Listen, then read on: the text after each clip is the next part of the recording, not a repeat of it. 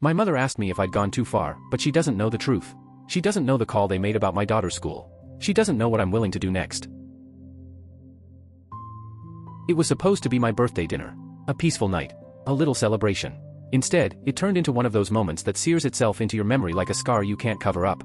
We were all sitting there, waiting for dessert, when my brother's son decided to put on a show. He grabbed my purse, and hurled it straight into the pool while yelling at the top of his lungs, "Dad says you don't deserve nice things."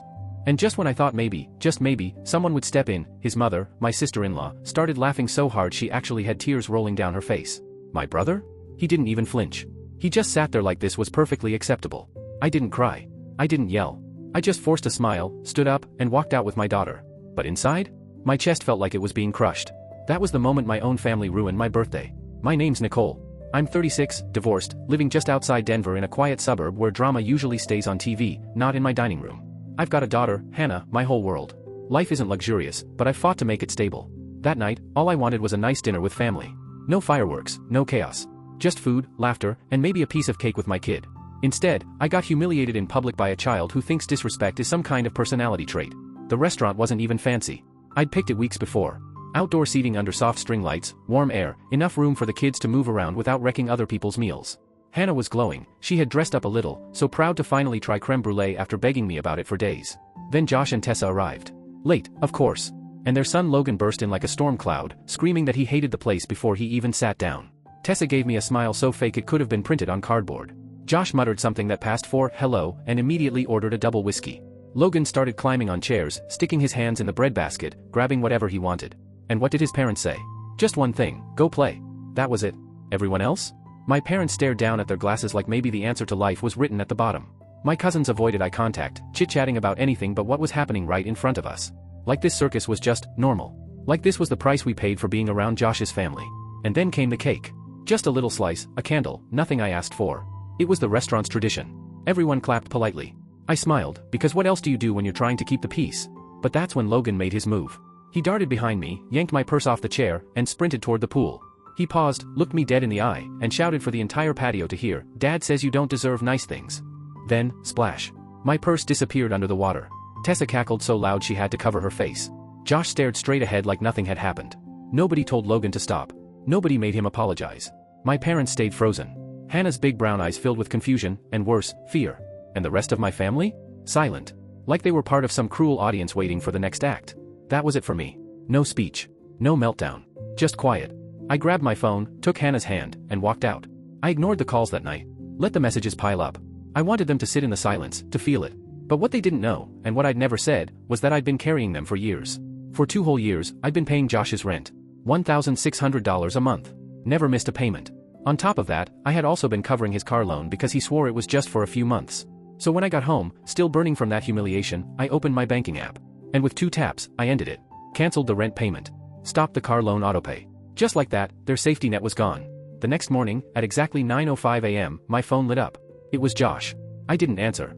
A minute later, the text came in, "Where the hell is my car?" No punctuation, no "good morning," no "Nicole, can we talk?" Just rage. I didn't reply.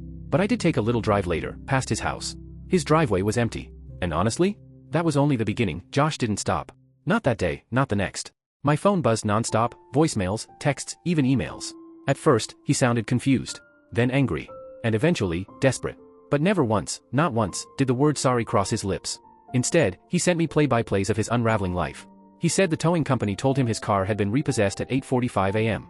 He said his boss was furious because he missed his shift. He said he had to Uber back and forth like a teenager without a license. And of course, he made sure to mention that Tessa was absolutely livid. I didn't answer. I didn't even open half the messages. By the 3rd day, though, the tone shifted. Suddenly, he remembered I wasn't just some ATM. I was his sister. He sent me a picture of Logan holding up a crayon drawing. Big blue letters spelled out, "Sorry, Aunt Nikki." As if a shaky apology written in marker could erase years of entitlement. As if a kid's doodle could magically fix being humiliated on my own birthday. What Josh didn't realize was that the timing couldn't have been worse, for him. Rent was due that week. And 2 days later, I got the first call. It was his landlord, leaving a polite voicemail asking if maybe I'd canceled the usual transfer by mistake. I didn't call back. Not my responsibility anymore. And then, right on cue, Tessa texted me. No acknowledgement of the purse. No mention of the dinner. Just her same fake casual tone, "Hey, can you send the rent today? We're short this month." That time, I answered. I typed back, "I won't be covering your rent anymore. Please make other arrangements." 10 minutes later, my phone exploded. Josh called me 6 times in a row, one after another like a toddler throwing a tantrum with a smartphone. When I didn't pick up, he switched tactics. He started blowing up my parents' phones instead. My mom called me that night. She said she wasn't taking sides, but she hoped I'd think things through. My dad? He stayed quiet. Which, in our family, says everything. By the weekend, another message from Josh came in. And this one wasn't sugar-coated. He wrote, "You know we can't afford this place without you. So, you're really going to let your niece and nephew get evicted? You're that bitter?" That was the moment it finally clicked. They didn't see me drawing boundaries. They didn't see me protecting myself. They saw me as bitter. Bitter. They still didn't get it. I wasn't bitter, I was done. But the thing is, I wasn't finished. Because I knew what was coming next. Another bill. Another lifeline they thought I'd keep paying. Tuition for their kids' fancy private school. Logan and his sister went to some high-priced charter academy that Tessa insisted on, even when they couldn't afford toothpaste some months. And guess who had been footing the bill for 2 years? Yeah, me. So, I logged into the school's online portal, deleted my card, and shut off every autopay setting I'd ever agreed to. With one click, it was over. And you know what? It didn't feel cruel. It didn't feel petty. It felt necessary. 2 days later, I got my first taste of what that decision was going to cost me. It was a quiet morning. I had a mug of coffee in one hand, keys in the other, ready to drive Hannah to school. But when I stepped outside, my stomach dropped. The passenger side of my car had a long, deep scratch, carved deliberately from the front door to the back bumper. Not an accident. Not random. Deliberate. And if that wasn't enough? Right on the windshield, a perfect star-shaped crack, spiderwebbing out exactly where a driver needs to see the road. I didn't cry. I didn't scream. I didn't even pull out my phone at first. I just turned around, walked back inside, sat at the kitchen table, and stared at my cold coffee. Then I called my friend Ellie. She's the one who told me what to do next. That night, I didn't sleep. Not a second. I just lay there in bed, staring at the ceiling, listening to the silence of my own house. My mind kept circling back to one thing: how the hell did it come to this? How does someone take your kindness, bleed you dry for years, and then punish you the second you finally say no? The scratch down the side of my car wasn't random. No way. It wasn't some rushed swipe in a parking lot. It was slow, deliberate, like someone had taken their time carving that line into the paint. And the windshield? A perfect starburst right in the driver's view. It wasn't vandalism, it was a warning. Their twisted idea of payback. And the most pathetic part? They thought it would work. They thought I'd panic. That I'd come running back, pick up the phone, and reopen the money faucet. But I didn't. Instead, I called Ellie. My friend since college. The one person who never dances around the truth. I didn't even finish explaining before she cut me off. "You need to press charges." I froze. I'd never filed anything in my life. It felt heavy, permanent. Like once I crossed that line, there'd be no pretending we were still a family, no working it out over holiday dinners. I hesitated. Until Ellie hit me with a question that flipped my world upside down. She said, "What if it had been Hannah's birthday? What if it had been her purse in that pool? Her car with the windshield cracked?" I had no answer. Because deep down, I already knew. That night, I sat Hannah down at the kitchen table. She'd been so quiet all weekend, like she wasn't sure if she was allowed to ask questions. I looked her in the eye and told her the truth. That I thought Uncle Josh and Aunt Tessa might have been behind the damage. I didn't go into every detail, but I needed her to know that what happened wasn't okay. She just blinked at me for a second, then said something that made my whole body freeze. "You know, Logan's mom told him to do it." I asked her what she meant, and she told me about that night at the restaurant. Apparently, while I had stepped away to the restroom, Tessa leaned down and whispered something to Logan. Hannah didn't catch every word, but she swore it was something like, "Show her she's not better than us." At the time, Hannah thought it was a joke. But now? She wasn't so sure. And suddenly, neither was I. That was my breaking point. Then, it hit me: restaurants always have cameras. Outdoor patios, entrances, exits, they're covered. I grabbed my phone and called the manager. I asked, as calmly as I could, if they kept recordings. He was polite, professional. Within a few hours, I had the footage in my inbox. And there it was. Clear as day. Logan grabbing my purse. Sprinting toward the pool. Tossing it in like it was part of a game. Tessa doubled over in laughter, clutching her stomach. Josh sitting there, motionless, like nothing was wrong. And the audio? You couldn't hear every word, but Logan's line cut through the noise: "Dad says you don't deserve nice things." I sent the video to Ellie. She didn't even reply with words. She just texted me a phone number, her lawyers, and added one message: "Don't wait." By the very next day, the fallout had already started. My phone lit up again, not with demands about rent, but about school. Apparently, the tuition payment had bounced. The academy had sent them an alert: both kids were now listed as unpaid. Their daughter's fall enrollment was put on hold. Logan's class assignments had been yanked right out of the system. And that's when the begging began. First, the fake sweetness. "Hey, Nicole, there's been a little mix-up. Could you just fix the payment real quick while we sort this out?" Then came the guilt. "You're punishing the kids. They didn't do anything wrong." And finally, the blame. "You're blowing this out of proportion. You're being vindictive." I ignored every single one. Didn't even bother opening most of them. By Sunday morning, they showed up at my door. I spotted them through the peephole, Josh with his hands shoved in his hoodie pocket, shoulders hunched like he was auditioning for Remorseful Brother. And Tessa, just behind him, arms crossed tight, chin high, like she was there to argue her case before a judge. I opened the door halfway. Not to welcome them. Just to let them talk. Josh went first. You could have handled this privately. Then Tessa chimed in. We've had a rough year. You've always helped before. We thought you understood. I stayed silent. Let them squirm in it. And then Josh said it. The line that finally told me everything I needed to know. You're really going to throw away family over a purse and a couple of payments? I didn't feel rage. I didn't even feel sadness. I just felt finished. I closed the door, turned the lock, and walked back to the kitchen table where Hannah sat crunching her cereal like nothing in the world was wrong. 5 minutes later, I opened my laptop, pulled up the police department's non-emergency portal, and filed the report. Destruction of property. With video evidence. When the case number popped up on my screen, I sat back in my chair. It felt like I'd just crossed a line I couldn't uncross.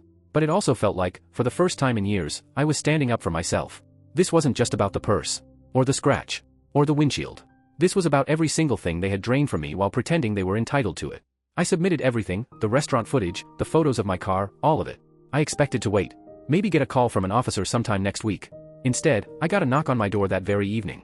2 officers stood outside. Calm, professional. A man and a woman. They asked if I had a few minutes to clarify parts of my report. I let them in. They'd already seen the footage. What they wanted now was my confirmation. Did I believe my brother and his wife were directly involved in the vandalism? I said yes. Without hesitation. But then the female officer asked something that stopped me cold. Do you know anything about an incident involving a missing tablet? I blinked at her. What tablet? That's when she explained. After the dinner, Logan had wandered into the private dining area where one of the servers had left their bag. And on the footage? Clear as day, you could see him walk in empty-handed and walk out with something stuffed under his shirt. An iPad. I had no idea. The server hadn't realized it was missing until later that night. Filed a report with the restaurant, who pulled the cameras and sent it all straight to the police. And the kicker? The very next morning, Josh returned it. Walked in with the tablet, claimed Logan found it in the parking lot. No apology. No explanation. Just dumped it off and left. That little stunt had already flagged them in the system. Which meant when my report landed on top of it, the whole situation escalated. The officers thanked me for my time and left. I shut the door and leaned against it, my heart pounding. Not from fear, but from something I hadn't felt in a long time. Validation. For the first time in years, it felt like people were finally starting to see what I had been dealing with all along. The very next day, the notice landed. Official. Cold. Clear. Josh was being investigated for contributing to the delinquency of a minor. The vandalism charge? Still under review, pending fingerprint confirmation on whatever they'd used to carve into my car. And the tablet theft? That incident was no longer being brushed off as some childish mistake. With everything piling up, they were starting to see it as part of a pattern. By Wednesday, my parents found out. And just like I feared, they didn't pick a side. My mom called first. Her voice sounded exhausted, heavy, like even talking about it wore her out. Are you sure you want to go this far? She asked me. Maybe Logan just needs a firmer hand. Maybe Josh and Tessa are just overwhelmed. I clenched the phone tighter. I didn't file a report because of Logan, I told her. I filed it because of them. My dad tried to play neutral. Said he hoped we'd all talk it out like adults before things got worse. As if there was still a conversation left to be had. That night, Tessa went on Facebook. Of course, she didn't use my name. She never does. Instead, it was one of those vague, self-righteous posts dripping with fake victimhood. Funny how some family pretend to care until they turn on you the second life gets hard. Her friends swarmed the comments. You don't need that kind of negativity. Your kids are lucky to have such a strong mama. I didn't respond. But Ellie did. Just one clean, sharp line, I was there. You should be careful who you lie to.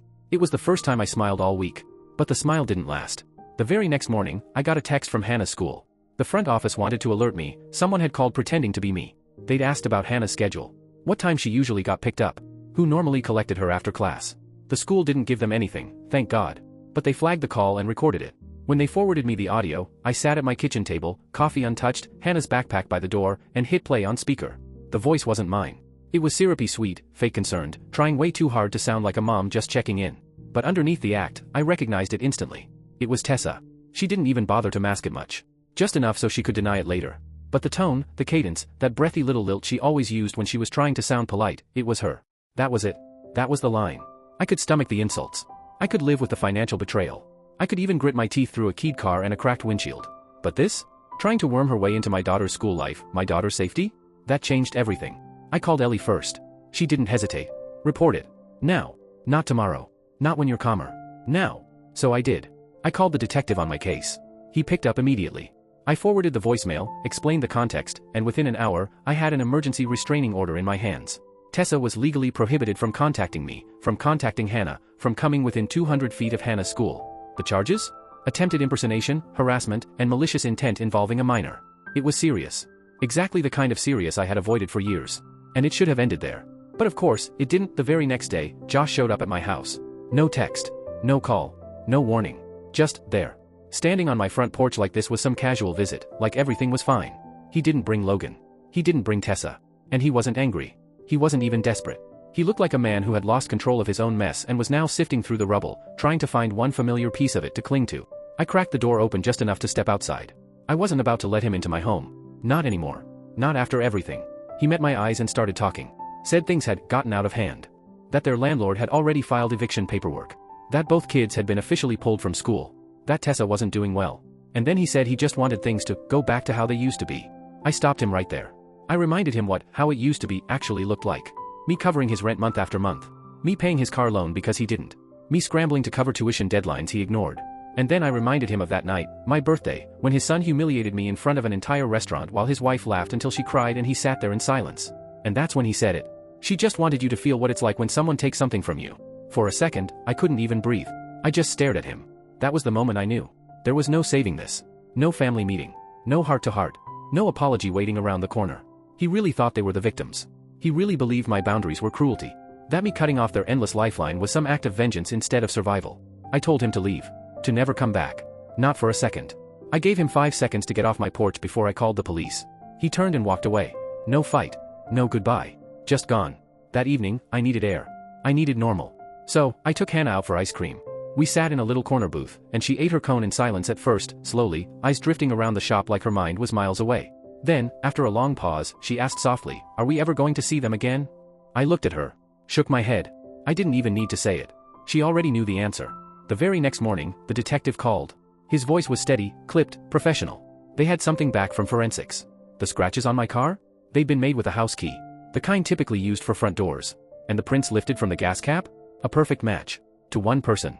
Tessa. The detective told me charges were being filed, destruction of property, harassment, unlawful impersonation. A warrant was already being processed.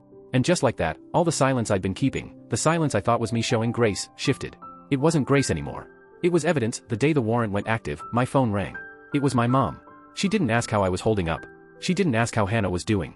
Her first words were, "Is it true? Is Tessa about to be arrested? Did you really go that far?" I took a breath and said, "It's not going far. It's going forward."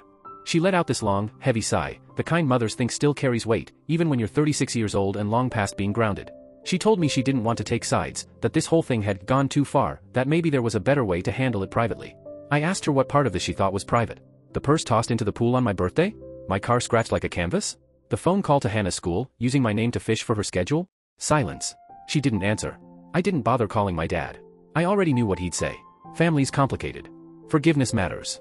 Time will heal. What he wouldn't understand is that this wasn't about time or healing. It was about survival. And honestly, the worst part wasn't that my parents defended them, it's that they didn't. They floated in that gray in-between, refusing to pick a side but still judging me for drawing a line. They thought they were staying neutral. But what they didn't see was that neutrality is its own kind of betrayal.